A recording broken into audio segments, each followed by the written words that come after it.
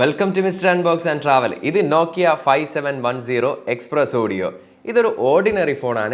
എങ്കിലും ഈ ഒരു ഫോണിന്റെ ഒരു പ്രത്യേകത നമ്മൾ പലർക്കും അറിയാവുന്നത് തന്നെയാണ്. കാരണം ഒരു ഗ്രേറ്റ് ഐഡിയ ഇംപ്ലിമെന്റ് ചെയ്ത ഒരു ഫോണാണ്. അതായത് ഇൻബിൽറ്റ് ആയിട്ട് TWS ഒരു ഫോണിനുള്ളിൽ തന്നെ കൊണ്ടുവരിക എന്ന കാര്യം ചെയ്ത ആദ്യത്തെ ഫോണാണ് ഈ ഒരു 5710 Xpress Audio എന്ന് പറയുന്നത്.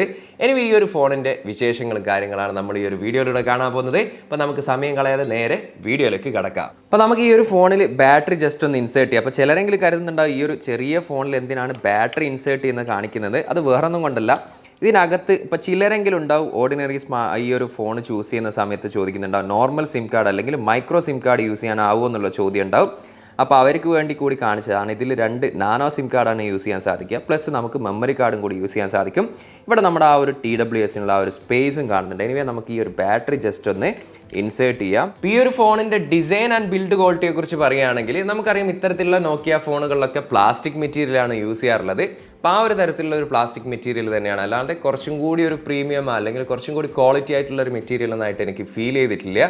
പക്ഷേ ഈ ഒരു ബട്ടണൊക്കെ അത്യാവശ്യം നല്ല രീതിയിൽ യൂസ് ചെയ്യാൻ സാധിക്കുന്നുണ്ട്. അതുപോലെ തന്നെ ഒരു ക്വാളിറ്റി നമുക്ക് ഈ ഒരു ബട്ടൺസിൽ ഫീൽ ചെയ്യുന്നുണ്ട്. അതേപോലെ തന്നെ ഈ ഒരു ബ്ലാക്ക് ആൻഡ് റെഡ് കോമ്പിനേഷനാണ് എനിക്ക് പേഴ്സണലി ഇഷ്ടപ്പെട്ട കളർ. ഇതുകൂടാതെ തന്നെ വൈറ്റ് ആൻഡ് റെഡ് കോമ്പിനേഷനിലും ഈ ഒരു ഫോൺ അവൈലബിൾ ആവുന്നുണ്ട്.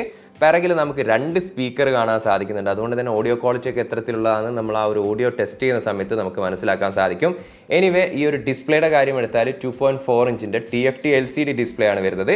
ചെറിയൊരു ഡിസ്പ്ലേ ആണ്, കുറച്ചും കൂടി വലുതാക്കിയിരുന്നേ നന്നായെന്ന് തോന്നുന്നു. പക്ഷേ എനിക്ക് തോന്നുന്നു ആ ഒരു TWSൻ്റെ ആ ഒരു പോർഷൻ ഉള്ളത് കൊണ്ടാകാം ഒരു പക്ഷേ ഇത്ര ചെറിയ ഡിസ്പ്ലേ കൊടുത്തിട്ടുണ്ടാവുക. അതുപോലെ തന്നെ ഫ്രണ്ട് സൈഡിലാണ് നമുക്ക് മീഡിയ കൺട്രോൾ ബട്ടൺ കാണാൻ സാധിക്കുക. അതായത് ലെഫ്റ്റ് സൈഡിൽ നമുക്ക് വോളിയം അപ്പും ഡൗൺ എന്നുള്ള രീതിയിലും അതുപോലെ തന്നെ റൈറ്റ് സൈഡിൽ നമുക്ക് സെൻറ്ററിൽ പ്ലേ ആൻഡ് പോസും അതുപോലെ പ്രീവിയസ് നെക്സ്റ്റ് എന്നുള്ള 3 ബട്ടണാണ് കാണാൻ സാധിക്കുന്നത്. പക്ഷേ എനിക്ക് ഇഷ്ടപ്പെട്ട മറ്റൊരു കാര്യം എന്ന് പറയുന്നത് ഈ ഒരു TWSൻ്റെ ഈ ഒരു ഡോറ് നല്ല സ്മൂത്തായിട്ട് തന്നെ നമുക്ക് ഓപ്പൺ ചെയ്യാനും ക്ലോസ് ചെയ്യാനും സാധിക്കുന്നുണ്ട്. അതിന് പ്രത്യേകിച്ച് ഒരു ബുദ്ധിമുട്ടോ കാര്യങ്ങളൊന്നുമില്ല. അപ്പോൾ overall design and build quality പറയുകയാണെങ്കിൽ നമുക്കൊരു ഓക്കെ ആയിട്ടുള്ള ഒരു ഡിസൈൻ ആൻഡ് ബിൽഡ് ക്വാളിറ്റി ആയിട്ടാണ് ഫീൽ ചെയ്തത്. ഇനി ഈ ഒരു TWSൻ്റെ കാര്യം എടുത്തു കഴിഞ്ഞാൽ അത്യാവശ്യം ചെറുതായിട്ടുള്ള രീതിയിലുള്ള TWS ആണ് വരുന്നത്. അതുപോലെ തന്നെ ബിൽഡ് മെറ്റീരിയൽ പ്ലാസ്റ്റിക് ആണ് വരുന്നത്. അതുകൊണ്ട് തന്നെ ഒരു ഗംഭീരമായിട്ടുള്ള ഡിസൈൻ ആണെന്നോ അല്ലെങ്കിൽ ബിൽഡ് മെറ്റീരിയൽ ആണെന്നോ ഞാൻ പറയുന്നില്ല. നമുക്കൊരു നോർമൽ ആയിട്ടുള്ളൊരു TWS എന്നുള്ളൊരു ഫീൽ മാത്രമേ ലഭിച്ചിട്ടുള്ളൂ. അതുപോലെ തന്നെ ഇവിടെ നമുക്ക് ചാർജിങ് ടൈമിൽ അതുപോലെ തന്നെ ബ്ലൂടൂത്ത് പെയറിംഗ് ടൈമിലൊക്കെ നമുക്ക് നോട്ടിഫിക്കേഷൻ ലൈറ്റൊക്കെ കാണാൻ സാധിക്കും. ഈ ഒരു ഫോണിൽ മൈക്രോ USB ചാർജിങ് പോർട്ടാണ് വരുന്നത്. അതുപോലെ തന്നെ 3.5mm ഹെഡ്ഫോൺ ജാക്ക് ഇതിലില്ല. ബ്ലൂടൂത്ത് വഴി മാത്രമേ നമുക്ക് ഇയർഫോൺ ഇതിൽ കണക്ട് ചെയ്യാൻ സാധിക്കൂ. എങ്കിലും നമുക്ക് ഇതിൽ വയർലെസ് FM ഇതിൽ സപ്പോർട്ടാണ്. അതുകൊണ്ട് തന്നെ നമുക്ക് ഇയർഫോണിൻ്റെ ആവശ്യമില്ല. വയർലെസ് ആയിട്ട് തന്നെ FM ഒക്കെ നമുക്ക് കേൾക്കാൻ സാധിക്കും. ഇനി മറ്റ് ഫംഗ്ഷൻസും കാര്യങ്ങളൊക്കെ നോക്കുകയാണെങ്കിൽ ഇത്തരത്തിലുള്ള ഓർഡിനറി ഫോണുകളിൽ കാണുന്ന ഫംഗ്ഷൻസും കാര്യങ്ങളൊക്കെ തന്നെയാണുള്ളത്. അതുകൂടാതെ തന്നെ ഇതിൽ വോയിസ് റെക്കോർഡ് ഓപ്ഷൻ ഉണ്ട്. അതുപോലെ തന്നെ ഫേസ്ബുക്കിൻ്റെ ആപ്ലിക്കേഷനൊക്കെ നമുക്ക് ഇതിൽ പ്രീ ഇൻസ്റ്റാൾഡ് ആയിട്ടുണ്ട്. 4G സപ്പോർട്ട് ആയതുകൊണ്ട് തന്നെ ചെറുതായിട്ടുള്ള രീതിയിൽ ഇൻ്റർനെറ്റ് ബ്രൗസിങ്ങും കാര്യങ്ങളൊക്കെ നമുക്കിതിൽ നടത്താം. അതുപോലെ തന്നെ ഈ ഒരു ഇയർബഡിനായിട്ട് സെപ്പറേറ്റ് ആയിട്ടുള്ള ഒരു ഓപ്ഷനും കാര്യങ്ങളും ഉണ്ട്. പിന്നെ എടുത്ത് പറയേണ്ട കാര്യം എന്ന് പറയുന്നത് വൈഫൈ ഇതിൽ സപ്പോർട്ടില്ല. അതുപോലെ തന്നെ ഇന്റർനെറ്റ് ആദറിംഗ് ഓപ്ഷനും ഇതിൽ സപ്പോർട്ടില്ല എന്ന കാര്യം കൂടി പറയേണ്ടതാണ്. ഈ ഒരു ഫോണിന്റെ ഇൻബിൽട്ട് ആയിട്ടുള്ള സ്പീക്കേഴ്സിന്റെ ക്വാളിറ്റി ആദ്യം ഒന്ന് ചെക്ക് ചെയ്യാം. അതിനുശേഷം നമുക്ക് ഈ ഒരു TWSന്റെ ക്വാളിറ്റി ചെക്ക് ചെയ്യാവുന്നതാണ്.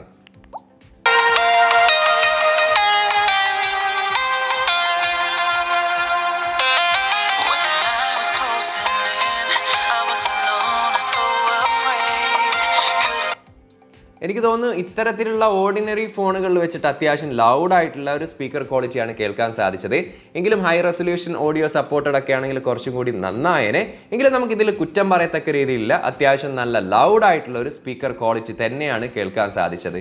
ഇനി നമ്മൾ ഈ ഒരു TWSൻ്റെ സൗണ്ട് ക്വാളിറ്റിയും കാര്യങ്ങളും നോക്കുകയാണെങ്കിൽ ആദ്യം തന്നെ ഇത് ഹാഫ് ഇൻ ഇയർ ഡിസൈൻ ആണ് വരുന്നത്. അതുകൊണ്ട് തന്നെ എല്ലാവർക്കും കംഫർട്ട് ആണെന്ന് അറിയില്ല.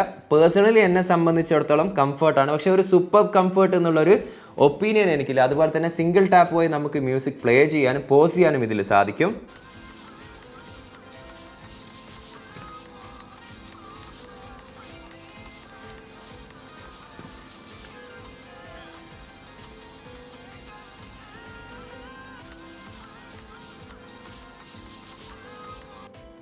ഞാനീ പറയാൻ പോകുന്നത് എൻ്റെ പേഴ്സണൽ എക്സ്പീരിയൻസ് ആണ്. കാരണം ഞാനിതിൽ FM റേഡിയോ അല്ല കേട്ടത്, മറിച്ച് നമ്മൾ ബ്ലൂടൂത്ത് വഴി സെൻഡ് ചെയ്ത മ്യൂസിക്കാണ് ഞാനിതിൽ കേട്ടത്.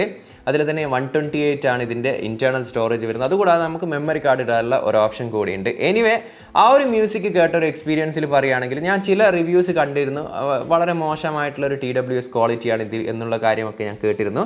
പക്ഷേ ആ ഒരു മൈൻഡ് സെറ്റിലാണ് ഞാൻ ഇതിനെക്കുറിച്ച് കേൾക്കാനും നിന്നത്. പക്ഷേ എൻ്റെ ആ ഒരു മൈൻഡ് സെറ്റ് അല്ലെങ്കിൽ ആ ഒരു ചിന്ത തീർച്ചയായിട്ടും മാറിയിട്ടുള്ളൊരു TWS തന്നെയാണ് എനിക്ക് ഫീൽ ചെയ്തിട്ടുള്ളത്. കാരണം എന്ന് പറയുന്നത് അത്യാവശ്യം ലൗഡിയാണ്, അതുപോലെ തന്നെ ബേസും അത്യാവശ്യമുണ്ട്. അതായത് നമുക്ക് ഈ പറഞ്ഞ ആ ഒരു ചീപ്പ് ക്വാളിറ്റി ഒന്നും ഇതിൽ ഫീൽ ചെയ്യുന്നില്ല. നമുക്ക് ഈ ഒരു പ്രൈസ് സെഗ്മെൻറ്റിൽ വിത്ത് ഫോൺ ആയതുകൊണ്ട് തന്നെ നമുക്കൊരു ഡീസൻ്റ് ആയിട്ടുള്ള അല്ലെങ്കിൽ ഒരു എബോവ് ഡീസൻ്റ് ആയിട്ടുള്ള സൗണ്ട് ക്വാളിറ്റിയാണ് കേൾക്കാൻ സാധിച്ചത്.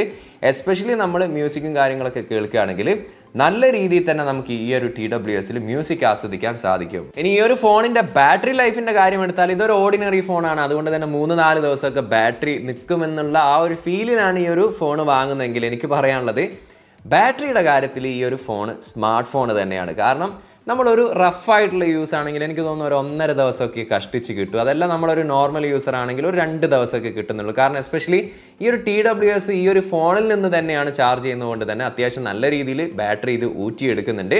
അപ്പം അത്തരത്തിൽ നോക്കുകയാണെങ്കിൽ നിങ്ങൾക്കൊരു 3-4-5 ദിവസമൊക്കെ ബാറ്ററി ലൈഫ് ലഭിക്കണം എന്നുള്ള ആഗ്രഹത്തിൽ ഈ ഒരു ഫോൺ വാങ്ങാൻ നിൽക്കുകയാണെങ്കിൽ അങ്ങനെ നിൽക്കേണ്ട ആവശ്യമില്ല. മറിച്ച് നിങ്ങൾക്ക് ഈ ഒരു TWS ഇതിലുണ്ട്, അതുപോലെ തന്നെ നമുക്ക് ബ്ലൂടൂത്ത് ഒക്കെ വഴി അത്യാവശ്യം കോളും കാര്യങ്ങളൊക്കെ ചെയ്യണമെന്നുണ്ട്, അല്ലെങ്കിൽ മ്യൂസിക് കേൾക്കണമെന്നുണ്ട്, നമുക്ക് 1-2 ദിവസത്തെ ബാറ്ററി ലൈഫൊക്കെ ഓക്കെയാണ് എന്നൊക്കെ തരത്തിലുള്ളതാണെങ്കിൽ തീർച്ചയായിട്ടും ഈ ഒരു ഫോൺ പരിഗണിക്കാവുന്നതാണ്. ഈ ഒരു ഫോണിൽ 0.3 മെഗാ പിക്സൽ അഥവാ VGAയുടെ ക്യാമറയാണ് പിറകിൽ വരുന്നത്, വിത്ത് ഫ്ലാഷ് ലൈറ്റ് ആണ് വരുന്നത്. ക്യാമറ സാമ്പിൾ ഞാൻ കൊടുത്തിട്ടില്ല ഈ ഒരു ക്യാമറ ആയതുകൊണ്ട് തന്നെ. എനിവേ ഈ ഒരു ഫോണിനെ കുറിച്ച് എനിക്കൊരു ഫീൽ ചെയ്യുന്ന ഒരു കാര്യം എന്ന് പറയുന്നത് ഒരു ഗ്രേറ്റ് ഐഡിയ തന്നെയാണ് ഇതിൽ ഇംപ്ലിമെൻറ്റ് ചെയ്തിരിക്കുന്നത്. അതായത് ഈ ഒരു TWS നമ്മുടെ ഫോണിനോട് അറ്റാച്ച് ചെയ്ത് വരിക എന്ന് പറയുന്നത് ഒരു നല്ലൊരു ഐഡിയ തന്നെയാണ്. അതിന് നമ്മൾ നോക്കിയക്ക് കൈയ്യട് കൊടുക്കേണ്ടി തന്നെ ഇരിക്കുന്നു. എനിവേ ഫീച്ചറിൽ ഒരു പക്ഷേ നമ്മുടെ സ്മാർട്ട് ഫോണുകളൊക്കെ ഇത്തരത്തിൽ ഈ ഒരു TWS ടൈപ്പിൽ അറ്റാച്ച് ചെയ്ത് വരുന്ന ഫോണുകളൊക്കെ ഒരുപക്ഷെ നമുക്ക് കാണാനും സാധിക്കും. പക്ഷേ എന്തായാലും ആ ഒരു ഐഡിയക്ക് നമ്മൾ തീർച്ചയായിട്ടും കൈയ്യടി കൊടുത്തേ പറ്റൂ. അപ്പോൾ ഇതുപോലുള്ള ഗംഭീരമായിട്ടുള്ള ഐഡിയാസ് ഇനിയും നോക്കിയ ഇംപ്ലിമെൻറ്റ് ചെയ്യട്ടെ എന്ന് ആഗ്രഹിക്കുന്നു. കാരണം എന്ന് പറയുന്നത് നോക്കിയ എന്ന് പറയുന്നത് എപ്പോഴും ഒരു നൊസ്റ്റാൾജിയ ഫീൽ തരുന്ന ഒരു സംഭവം തന്നെയാണ്. ഈ ഒരു ഫോണിൻ്റെ പ്രൈസ് ഇവിടെ ഖത്തറിൽ വരുന്നത് 299 ഖത്തർ റിയാലാണ്. അതേസമയം ഇന്ത്യയിൽ ഇതിന് പ്രൈസ് വരുന്നത് 4990 റുപ്പീസാണ് വരുന്നത്. എനിവേ ഓവറോൾ നോക്കുകയാണെങ്കിൽ നമുക്കൊരു ഡിഫറെൻ്റ് ആയിട്ടുള്ളൊരു എക്സ്പീരിയൻസ് ആസ്വദിക്കണം എന്നുണ്ട്. അതേപോലെ തന്നെ നമുക്കൊരു സെക്കൻഡറി ഫോൺ ആവശ്യമുണ്ട് എന്നുണ്ടെങ്കിൽ തീർച്ചയായിട്ടും പരിഗണിക്കാൻ പറ്റുന്ന ഒരു ഫോൺ തന്നെയാണ്. കാരണം നമുക്ക് അത്യാവശ്യം മ്യൂസിക് ഇഷ്ടപ്പെടുന്നവരാണെങ്കിൽ അല്ലെങ്കിൽ ബ്ലൂടൂത്ത് വഴിയാണ് നമ്മൾ കൂടുതൽ സമയം കോളിങ്ങും കാര്യങ്ങളൊക്കെ നടത്തുകയാണെങ്കിൽ അത്തരത്തിലുള്ള ആളുകൾക്ക് തീർച്ചയായിട്ടും പരിഗണിക്കാൻ പറ്റുന്ന ഒരു ഫോൺ തന്നെയാണിത്. അതുപോലെ തന്നെ ഇതിൽ നമുക്ക് ആ ഒരു വൈഫൈ ഓപ്ഷനും അതുപോലെ തന്നെ ടാതറിംഗ് ഓപ്ഷൻ കൂടി കൊടുത്തിരുന്നെങ്കിൽ കുറച്ചും കൂടി നന്നായനെ എന്ന് തോന്നുന്നു.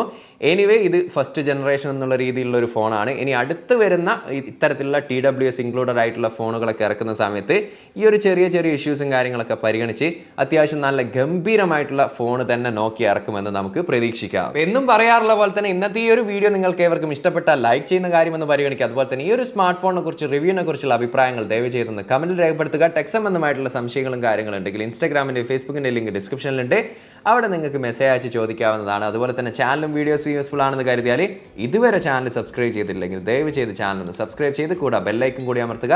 അപ്പം മറ്റൊരു പുതിയൊരു വീഡിയോയിൽ കാണാമെന്ന ശുഭപ്രതീക്ഷയിൽ തൽക്കാലം ഞാൻ വിട പറയുന്നു. സെയ്ദ് ഇർഷാദ്.